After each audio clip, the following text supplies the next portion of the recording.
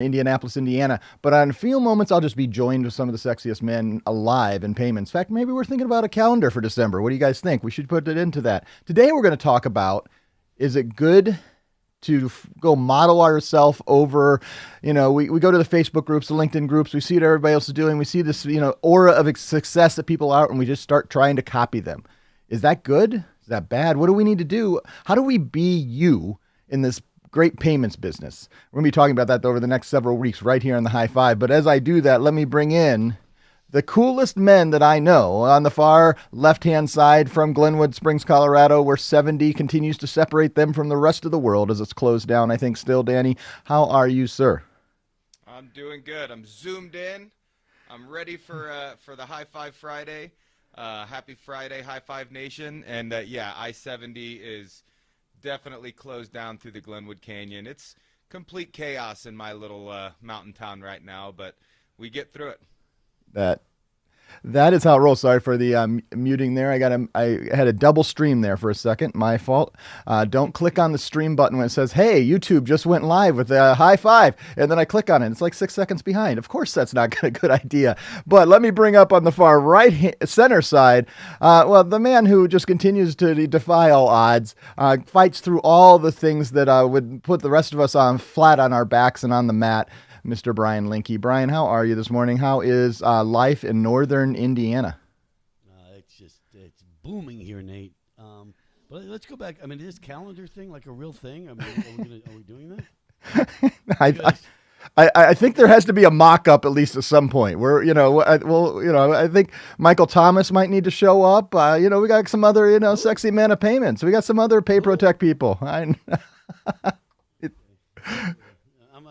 can tell you this. I'm on the cover. I know that. All I can picture, if you guys get this one, all I can picture is George Costanza on the thing and Brian Linke. There's a picture in my head that needs to be photoshopped at some point. I'm just saying. That's if you get the drift. If you watched Little Seinfeld back in the day, there's a couch there. I'm a little bit better looking than George Costanza. Well, you are, but a little bit better looking, and hey, maybe a little bit of same things going on there. Both New Yorkers trying to live the life, So, gentlemen, here's what I'm going to ask. The first question is we talk about it's good to be you. And so I'm going to go to Brian on this. Brian, you are the one who has the most experience. You're most sage here in our High Five Nation that comes together every week. I wonder, tell me, are there a time that you can look back in your life and you look, man, I tried to copy someone else and you started doing it and you realized, you know what? That doesn't work for me. I tried to do it that way. I need to do it my way. And yes, they're successful doing it that way, but that's just not going to work for me. Is there a time in your life that you've ever had that? The simple answer is no. But I will say this: there are times in my life. Matter of fact, dating myself back to, when I started my career in New York City, I was managed and trained and taught by a guy that taught me a lot of things, and to this day, I use a lot of those things. I mean, like just like sales tactics, like first one who talks loses, and those kinds of things. Just work ethic and knocking on doors and things like that. But I think what you're asking is, do I try to copy or emulate, a person, verbatim? And the answer to that is no. And the reason is, and I tell my kids this all the time, especially my younger one, as of late, people can see and read you when you walk into a room or when you're on the phone. So when you're on the phone and you're in a bad mood, or something in your life is going, okay, people sense that on the other line. Right, they sense that when you walk into a room, and shake their hand. So I think being you, people can't see through that because you're being you.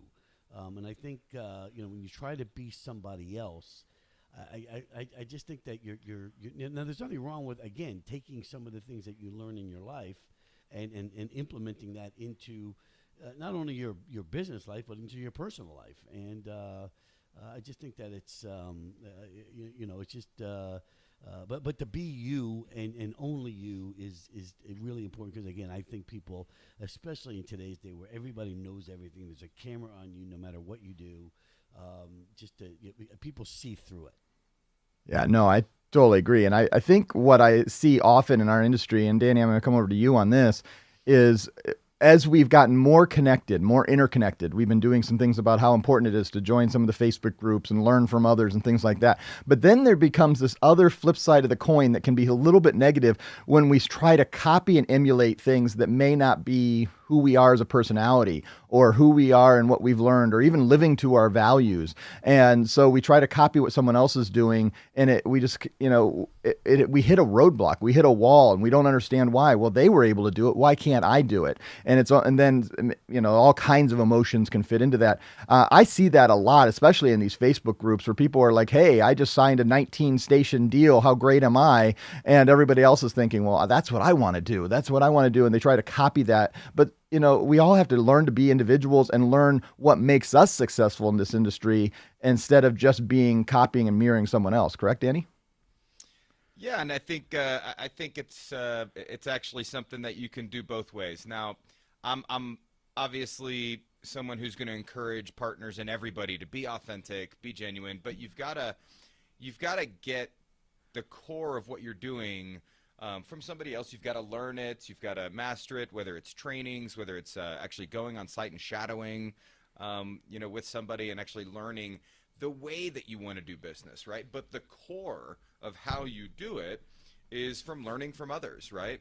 And I kind of think of this as, you guys are going to laugh at me, but I think of this as in a golf swing.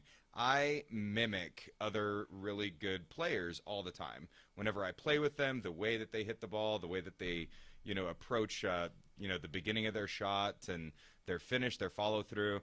I'm like, wow, they hit that great. I want to try and do that. And it's more of a feel thing, and it's kind of something like that. And is it authentic? No. But I'm getting kind of the core, the foundation of what I'm trying to do from somebody, and then I'm putting my own style on it. Same thing goes with sales, right? You get your core, your foundation, if you will, from what others are doing. I think that example, Nate, of that person that posts on Facebook or one of the groups that says, I just got a 19 station deal. How awesome am I? I think another way that a partner can look at that is saying, wow, it's possible, right? I can do this. Absolutely. And increase some confidence a little bit, right? And I think that's huge for all of us as salespeople to say, holy cow, I'm in this small town or I'm in this area. I don't even see opportunities like that. But guess what? They're out there, and I'm going to find one day. As opposed to, what am I doing wrong? I need to reach out to that person. I need to do exactly what they're doing. That's not the case. I'm a big fan of trying to get a little bit of what you're trying to do from others and take it and make it your own. Have your own style, and you'll see a lot of success from it. Yeah, I think it becomes so important for us to actually understand who we are as a salesperson and trying to understand a little bit more about us. And I think what happens is a lot of that comes with age and and experience and maturity, but some of that comes with us being identify people who are similar and like to us. So it's not just people who are in payments, but like connecting with people who have the same values, have the same reason for and why. The Simon Sinek, this is the why that we do things, and connecting with that group of people and finding your tribe that you connect to. Because what happens a lot of times, and Brian, I'm going to come back to you on this, is I've seen lots of times over my career, and I would imagine you have too, where people get in the wrong tribe and they start copying and getting bad habits, whether they're sometimes just, inconsequential things, how they close, how they do, and they get some bad habits, or also they start copying things that may even, be morally wrong sometimes and going in really bad directions. How important is to choose the people wisely and find the right people to be around, important to really learning who you are as a payments professional and as a sales professional? Again, I'll talk about the guy who trained me right out of college, and when I was in New York, and he and I hit it off from day one. Went out for dinners and beers and Madison Square Garden. We went to the Yankee game, and like right at the beginning, and he knew right away that in order for me to succeed in New York City, he had to put me in a place where I was going to be talking to people sort of like me. So what he did was he went ahead and put and we had territories back then. We don't have them at Paper Tech, but we had them back then.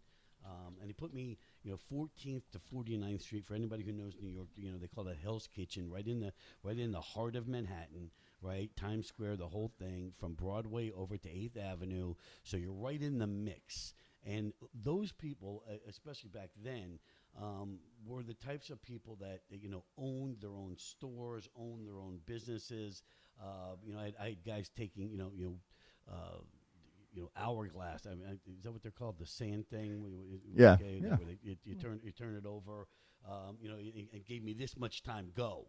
And let me sell the guy that way. And we used to have contests who could come back to the office, with a signed deal without an appointment. And those were the kinds of businesses that you could do that with. When you move up to like the Upper East Side where Donald Trump's building is, and it's a little bit more upscale, to where you're going in and you're having to get through 6 secretaries in order to get through the decision maker.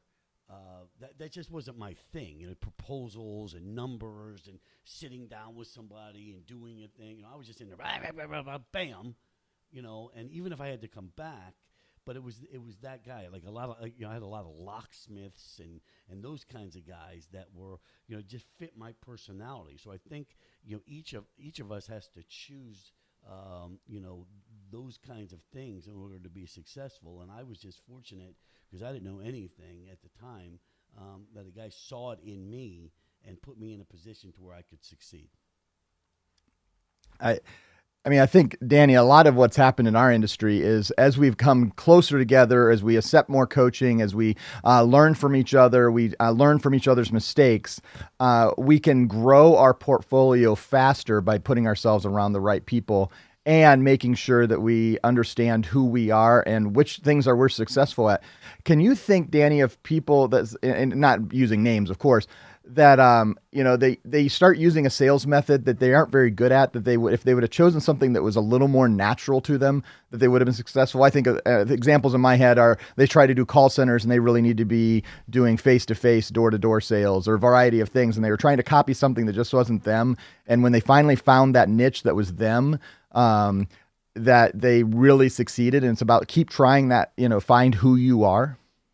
Because everybody tries to take the easy way out. Yeah. Everyone tries to take the easy way out at first, and then they fail, right. Then they have to go back to where they're. Sorry, Dan, I didn't mean to. Yeah. No, yeah. No, I mean I've seen it often over my career, and I think I think some good examples are those that are trying to do too much, right?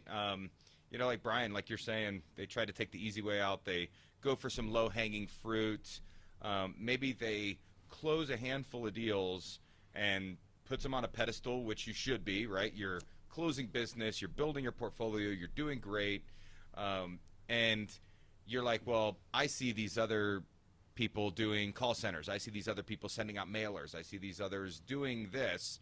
And you try to pack in too much before you've really built a solid foundation and mastered what you're doing, right? Get your PhD in something that you're really good at, right? And something that you're seeing success from. And then you can afford to try some different approaches and things like that. But all too often I see those that aren't really being true to themselves and what they can do. And granted, you're jumping into an industry. If you were not in merchant service sales prior to what you're doing right now, or prior to getting into it, you're literally going to try some new things over and over again. But find what works and get to the basics, right? Work with those, have that tribe around you. But you got to know what's right, what's wrong. And all too often, Nate, like you mentioned, we've seen people that just because they're naive and they're not, familiar with the industry, they're not familiar with processes and procedures, that they start to take some bad advice, they start to take some questionable approaches. And I think we all know what those are, right? And even if you're not familiar with the industry, you can sense that you might not be doing the right thing, or that you could probably be doing something better, something different. And that speaks volumes. I think, really if you can start out, kind of be very basic by the book and really learn it, then you can afford to try some new things, but don't be outside of yourself, right? Own who you are, and that's okay. right? You see all these, like Nate, you had mentioned on the email this morning, we're connected now more than ever before. So we see all these different things and all these different approaches that people are taking. And I think it's in our DNA that we want to try all those things too, right? We can do it. We're salespeople. We can do anything.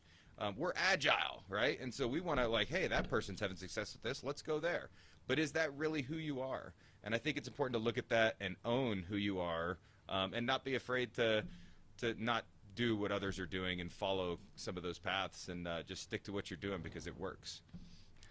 And if I can add one thing, I mean, again, if we're going to talk about the payments industry rather than just such a broad topic, again, we've all agreed, and everybody on this, watching this, and everybody listening to this understands that cash discounting has changed the game, right? It's changed the industry.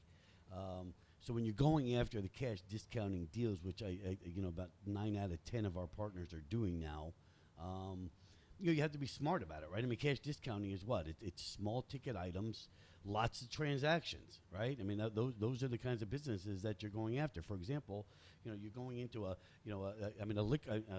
furniture store would, and they're hard to get approved anyway, but those high ticket items, the couch for $5,000, that kind of thing. I mean, that's a tough. That 4% on top of the $5,000. Now we're talking about real money. But when you're talking, the little restaurant that does 600-700 transactions a day, and they're all between 10 and $30 or $40. So you just have to be smart about it and attack it that way. And again, that's where cash discounting comes in. You just need to go after the the convenience store, the liquor store, that kind of thing. Here's what I love. Absolutely, Brian being Brian is that he can bring any conversation, no matter where we're at and what direction, back to cash discount, back to how amazing the industry is right now. It's never been a better time to be in this industry than right now, and the only reason for that, other than Danny Shard and Nate Manahan, is cash discounting. That's it. Say whatever you want. Point of sale systems, okay, the support you get at paper, okay, great. Those are and again, they're very, very important things. And I think the support that you're getting from the girls, myself, Mike Stetzel, and everybody else is extremely important. But let's not kid ourselves that cash discounting has changed the game. So to go after those accounts, and I'll bring up Bradley Alton. I mean, Bradley Alton changed his business. Right? He used to call us all the time with these little bitty thing. Okay, and him and his partner, Bruce Weitzel, went out and they said, okay, you know what? We're going to do point of sale and we're going to do cash discount. And ever since they did that, okay, now they're making more money, they're more successful, they're happier people, blah, blah, blah. Yeah, and I mean, he changed his business. He changed the type of merchants, what he was going after, how he was pricing. He changed his pitch, if you will, right? But he didn't change who he was. He didn't change his sales model. He stayed authentic to who he is because he knows that's what works and that's what he's good at. So yeah, I mean, in sales, you're going to pivot. You're going to adjust as technology changes, as programs change, pricing changes. I mean, these things are moving, faster than we all can see. We try to stay ahead of it. Sales partners, we all have to do a great job of doing that. That's how you're going to stay competitive. But as far as like Nate, what you're talking about and your approach, I think it's important to stay authentic to who you are. Don't be afraid to try new things, but don't get outside of that authenticity, because I think that's what makes you you, and I think that's what's going to drive a lot of success. Well, I'm bringing up Bradley Alton, and Bradley, I love you, and none of us can be Bradley, and Bradley has wisely chosen not to try to be us. And we had that wonderful opportunity to be with Bradley in Chicago. He came to the Cubs game with us, hung out with us in Chicago for a little bit, drove hours just to do that. But he doesn't try to become us, and we don't try to become him. And what I see so often, I've seen this, and I'll take this macro, big picture, the Grant Cardones, the Gary Vaynerchuks, the Gary V followers, people try to become them, and they both of them have to say, don't try to become me. Just take the principles I'm putting together. There is not another Gary Vaynerchuk. There's not another Grant Cardone. You can learn from them. You can gain. You can get in the tribe. You can rub shoulders, but learn to be you. Learn to be Bradley Alton. Learn to be Brian Linke. Learn to be Danny Shard, and realize that it's good to be Danny. It's good to be Brian. It's good to be Nate. And when you learn who you are, our personal health is so much more better. We've learned that from Simone Biles and watching this that that, there are times where we have to take a step back, evaluate where we are, where our mental health is, where our personal health is, and we're going to be so much more successful sometimes when we are a little more introspective, make sure that we're being true to ourselves, and that's going to give us the 5 years that we want instead of focusing on this 1 week. And we're going to be talking about that more over the next couple of weeks. But last question, guys, as we close up today. When you look at your career, and we're just going to take just your career in payments. So Danny's got the longest career in payments here on the call and on our stream this morning. Brian second, myself third. So I ask this as you guys as a sage advice here. When you look at payments, where do you think are the biggest pitfalls that you see people grabbing onto and they get outside of themselves? Is it greed that makes it that? Or what is the thing that they get that's negative that they grab onto that makes them make some poor decisions that maybe leads them down the wrong road? Hopefully they come back, but what are some of those things? I'll come to Danny first and then Brian. Nate, you said greed, and I think that's there's something that I'm seeing more and more of lately, and rightfully so. Programs like Cash Discount, not to steal Linky's thunder and pivot back to Cash Discount, but it's obviously a hot topic. I've seen people in this industry, people on the Facebook groups and places like that will only sell Cash Discount. They won't do anything else. Mr. Merchant, if you don't want to do Cash Discount, we won't do business with you. That's only greed talking, right? That's because you're not going to make as much money on that account because it's traditional pricing. When in fact, you absolutely should sign that account. You should sign every merchant that you get in touch with for referral purposes, have a network. What is not doing Cash Discount today might do it tomorrow, but having a good mixture is great. I think that's a terrible approach, and that's something that can really hurt them long term. The other thing I think that is a pitfall for a lot in our industry, especially as it's progressing, is lack of follow-up, focusing on sales only and not focusing on supporting your current book of business. So it's a revolving door. It's merchants signing up and merchants going out because you're only focused on one part of the business. Those are the two things that really stand out to me that I think partners can really focus on and try to avoid, so you really build stronger portfolios. Brian Linky, you ready, sir? Absolutely. No, I mean, to just piggyback on what Danny just said, there's more to this job than just selling, right? I mean, and a lot of our guys, right, and a lot of our partners, I don't say a lot, but some of our partners, forget that, right? There's once the deal is sold, I think that's probably the toughest part, but you have to continue. You got to get the account activated. You got to get them processing, right? You got to keep them happy. You have to, I told you, years ago, Matt Hoskins told me I had to have 100 processing merchants to make, the money that I wanted to make. And I was like, geez, Al, man, that's a lot of, I'm not sure how I could sell 100 merchants, but now obviously with Cash Discount, you don't have to sell that as many, but what you do have to do is you have to make sure you finish and close the deal. And by that, I mean, activating the accounts, making sure the equipment's right, going back in. And again, I know a lot of our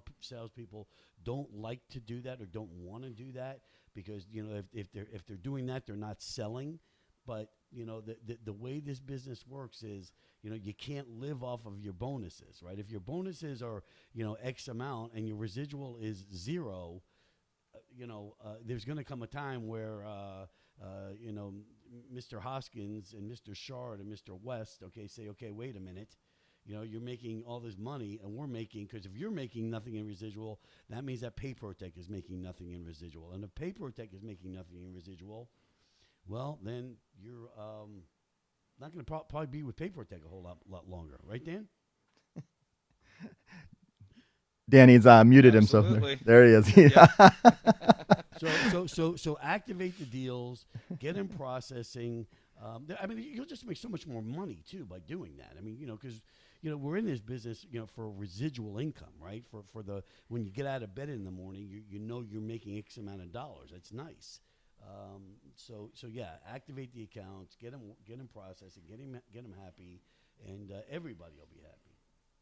All right, on that, ladies and gentlemen, we're going to close out. But let me reach over my shoulder here, reach to my desk. And, hey, Yesterday, I had a great meeting. I was meeting with our new merch person. In fact, if you need a merch person, Olivia will be glad to connect you. I found that my new merch person. That means I'm cleaning out my closet because we're going all in the fourth quarter here and getting some new merch around the Papertech world. So it means I need to send out some of our old stuff that I just have sitting around the shelves and taking up space. We've got these great, I can't even barely tell that the tone-on-tone black flat bills. These are, I know, Danny's favorite. We've got 2 different types of flat bills. So the first 3 people, I know I have 3 of these hats. I may have more, but at least the first 3 people, if you email me, just nmanahan@papertech.com, and you say keyword flat bill Danny, because he loves his flat bills, I will send this to you. Put your address in there. First 3 people to email me. We're going to be doing some giveaways over the next couple of weeks. I know for those who are listening to this on our stream later, or you're listening to our podcast version of this, I understand. You missed out. We're going to be doing some giveaways just for you. In fact, make sure you listen. I'll do some special things and special recordings on that for that. But Flat Bill Danny, email me. First ones will email this out and get those mailed out. Gentlemen, closing words as we close up. It's the first Friday of August. We are getting ready we're right in the middle of the third quarter. We're staring down. My kids are back in school. I know Northern Indiana starts next week. I'm not sure where you guys out in Colorado when you guys are starting school. Life is kind of, it's in this weird world as it always has been, but it's school time. Let's get back to the work, right, guys? Who's up first? Brian? Absolutely. No, I mean, yeah, it's school time. I mean, this time of year, football season's right around the corner. I think it's just an exciting. I love the fall. I think it's a great time to be in Indiana. And, just get out there, and the weather should be good. A lot of guys don't like to work out when it's really hot or when it's cold. So let's get out there and close some doors. Let's do it, Danny, sir. What do you say as we're this first Friday of August? First Friday of August. You're already a quarter of the way through August, which is crazy. Kids have another month of summer vacation here in Colorado. We don't start till the first week of September. So good to be in the mountains, and yeah, we're kind of still in summertime right now, but we're having fun, and we're going to be here working with you every day. So get out there, like Brian said, take advantage of this great weather while we've got it before it gets cold here in the next couple months, and let's do it. Let's finish this summer strong.